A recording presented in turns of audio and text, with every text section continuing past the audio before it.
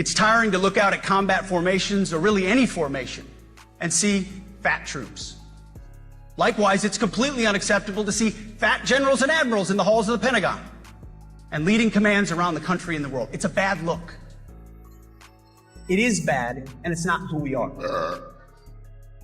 Right, Trump was there. Meanwhile, Vice President Maybelline was making the rounds, attempting to defend his boss and the chairman of the FCC with a new fairy tale even a 5-year-old wouldn't believe. Celebrities are rallying to his cause, saying this is a First Amendment assault being carried out by the FCC, Brendan Carr, and by the President of the United States himself. And to that, you say? Well, there are two things. First of all, I'd like them to tell me exactly what Brendan Carr did to have Jimmy Kimmel taken off the air, because number one, he is currently on the air, and to the extent that he isn't in certain stations, it's because he's not funny and because his rating. The double act of Trump and J.D. Vance feels less like a political alliance and more like an unwanted reality TV spinoff. One is a president who treats the government as a stage built for his ego. The other is a senator who has reinvented himself more often than a glitchy vending machine. Together, they create the sort of duo that makes you question whether politics has quit being a governing institution and officially morphed into open mic night at the world's least amusing comedy club. Government is now officially shut down because we don't have funding to pay the federal workers. Trump really is running the country like it's one of his businesses. He said he would. Just to give you some perspective, the government being shut down is even worse than when it's up and running. Republicans would like you to believe that Democrats shut the government down, but the bill they wanted the Democrats to sign would knock out about 15 million Americans from health. Probably the most talked about moment of the debate last week was when Vance refused to concede that Trump lost the election, which is interesting because CNN yesterday found an interview Vance did with Megyn Kelly in November of 2020 in which he said this. I really don't see any reason to think that this is going to become violent or chaotic. I think that when Biden is inaugurated, people will more or less accept it, and it'll be on to the next fight. Good call, Nostradamus. If you're enjoying this video, please make sure to subscribe to the channel and hit the bell icon. Trump hardly needs an introduction. His entire presidency unfolds like a blooper reel that refuses to stop rolling. Every decision, every remark, every awkward photo op stacks onto a career already built on excess and unintentional self-parody. J.D. Vance, meanwhile, tried to present himself as the everyman author who captured rural hardship, only to flip into a sycophantic sidekick, gripping Trump's coattails like a kid hanging onto the back of an ice cream truck. The shift wasn't subtle. It felt like watching a motivational speaker suddenly audition to be Trump's hype man, complete with forced applause breaks and overblown praise. Donald Trump actually said our new military will bring back new focus on fitness. I love the idea that Trump is lecturing these guys on fitness. I mean, if that isn't the fondue pot calling the kettle fat, I don't know what is. Listen up, generals. I want to make something very clear. The Pillsbury Dope president wants you to do Pilates. Kimmel tears into the spectacle by highlighting the absurdity of two men trying to appear like leaders while instead coming off as characters from a bad buddy film. Trump is the loud, over-the-top lead who insists on being the star even when he forgets the script. Vance is the jittery understudy, eager to impress but constantly eclipsed by the sheer ridiculousness of his mentor. The dynamic feels less like politics and more like slapstick, almost like Laurel and Hardy if Laurel had written a memoir about poverty and Hardy believed governing was best done with all-cap slogans and non-stop finger-pointing. Government is now officially shut down because we don't have funding to pay the federal workers. Trump really is running the country like it's one of his businesses. He said he would. Just to give you some perspective, the government being shut down is even worse than when it's up and running. Republicans would like you to believe that Democrats shut the government down, but the bill they wanted the Democrats to sign would knock out about 15 million Americans from health insurance. The comedy deepens when you look at how Vance shifted from outspoken Trump critic to devoted defender. It's a political heel turn so dramatic, even pro wrestlers would call it overacted. He once portrayed Trump as everything broken in American politics, then rushed to rewrite his lines the moment he realized the only way to stay relevant was to pledge loyalty. Watching Vance grovel is like watching a man eat his own book page by page while smiling for the cameras. Kimmel skewers this shamelessness, casting Vance as someone who'd trade his last ounce of dignity for a single retweet.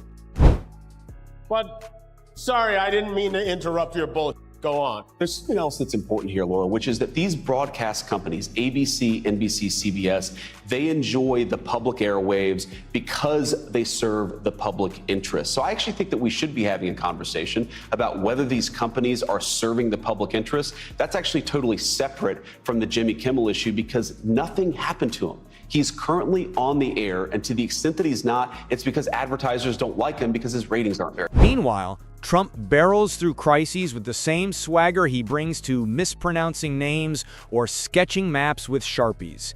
He treats every issue not as a problem to solve, but as another chance to remind everyone he's the center of the universe. Policy discussions crumble into self-promotion. Press briefings drift into stand-up routines without punchlines. Vance, in turn, nods along like an eager student who hasn't realized the teacher has been making things up the entire time. Together, they turn governance into an improv show where the only rule is that logic and truth are strictly optional. The only push-ups Donald Trump does are from the side of an ice cream truck. If you get so fat you start breaking escalators, you are unfit to serve in the military. Right?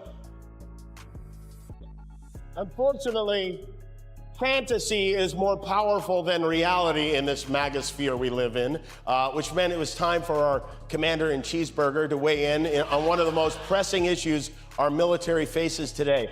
Kimmel builds the roast by likening their partnership to a con job in stereo.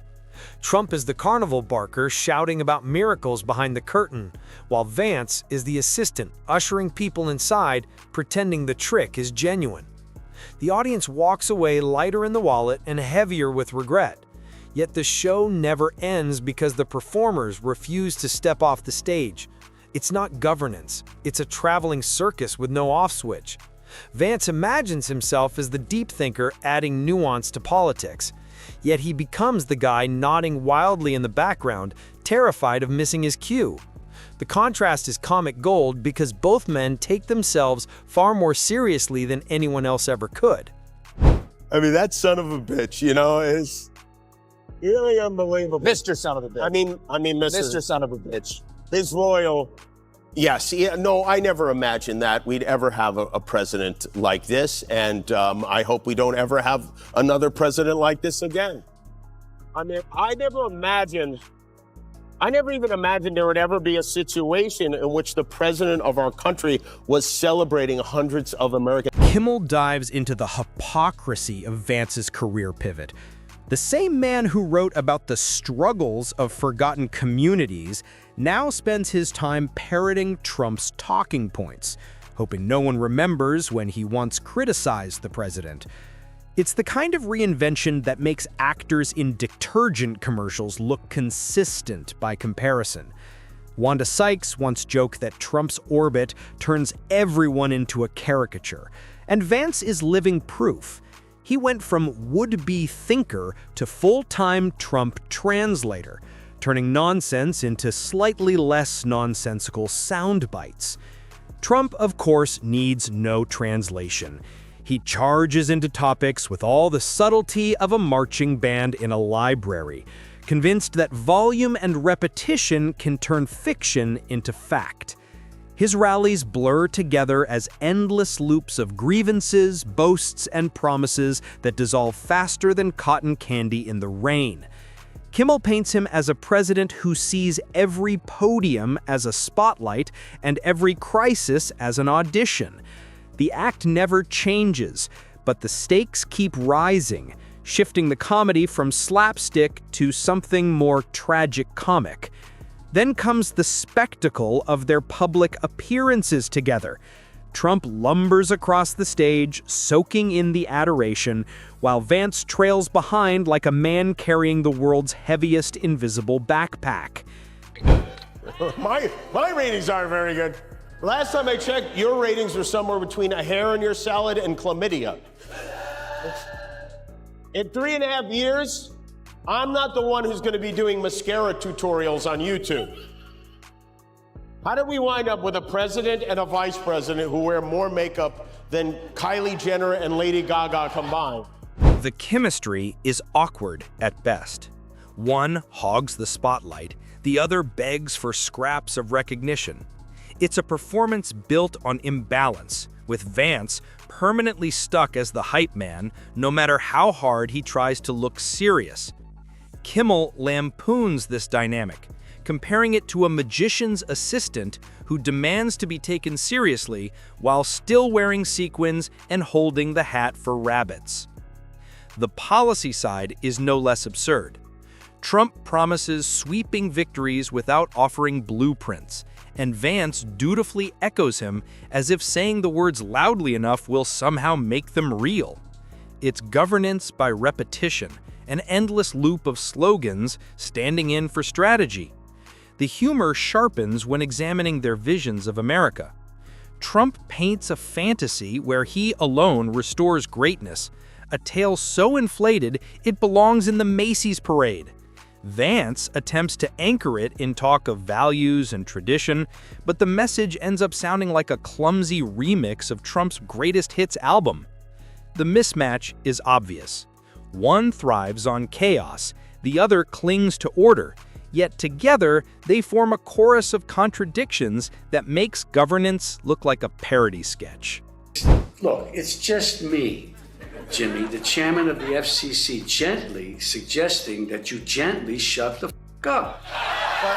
But you can't say that. That's a violation of free speech. Oh, yeah, about that. Speech, it ain't free no more. What? It's not free no more? Yeah, we're charging by the word now. You're charging by the word? How much are you charging?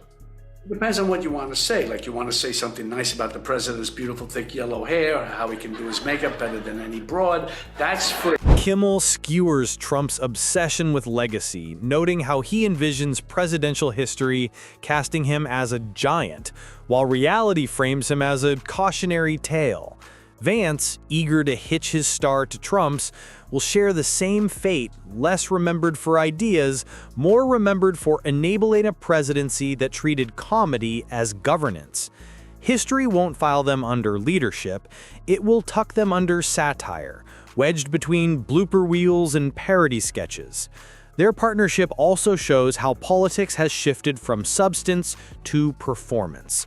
Trump delivers the spectacle, Vance provides the applause, and together they churn out a show that leaves audiences entertained, exhausted, or both. The scandals alone could fill volumes, each a fresh setup for late-night punchlines.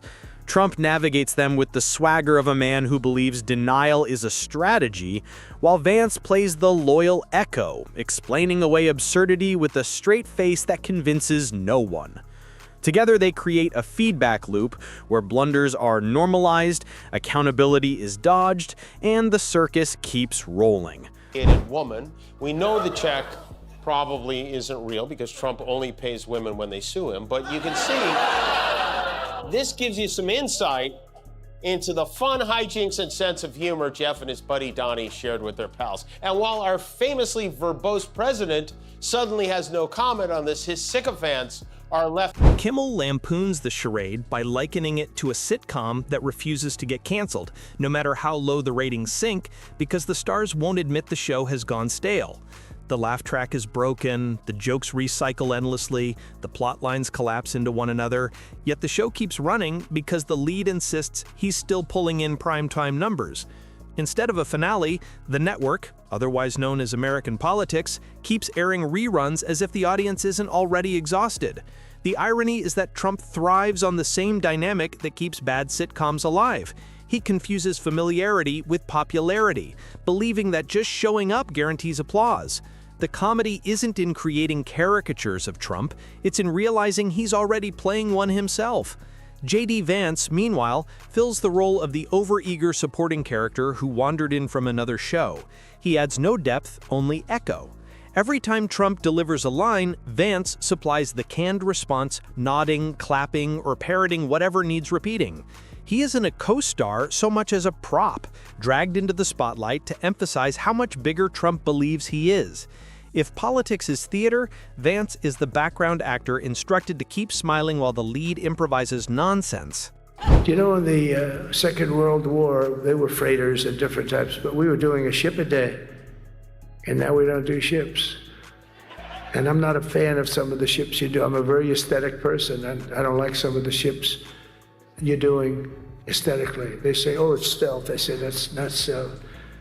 An ugly ship is not necessary in order to say yes. What makes the pairing so laughable is how seriously they take themselves. Trump struts as if he's performing the role of a lifetime, oblivious to the fact that audiences are laughing at him, not with him. Vance stands beside him, desperate to be noticed, yet perpetually overshadowed by the sheer bombast of his mentor. Their partnership looks less like leadership and more like two performers trapped in an audition tape nobody asked to see. It's not the image of statesmen, it's a blooper reel stitched together to pass as governance. Kimmel drives home the absurdity by highlighting the gap between image and reality. Trump imagines his presidency as an epic saga, but the footage reads like a sketch show, with every scene ending in confusion instead of resolution. Vance sees himself as a rising thinker, yet his role collapses into clapping louder than anyone else, as if volume could replace vision. The humor isn't in exaggerating these contradictions, it's in seeing them played straight. The sting comes from realizing this isn't parody, it's real. The decisions, the statements, the grandstanding, all of it affects lives, even while it looks like material written for late-night comedy. Trump thrives on chaos because it keeps cameras on him. Vance thrives on compliance because it keeps him in the room. Together, they create a cycle where politics isn't about solutions, it's about sustaining the show.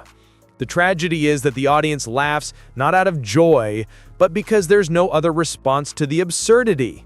By the time the curtain falls on their act, the legacy left behind is performance, not progress.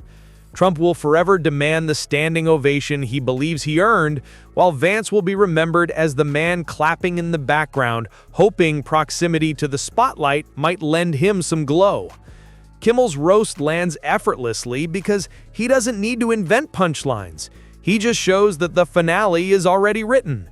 The presidency as a sitcom, the Senate as a spin-off, and a nation stuck in the audience waiting for the credits to finally roll.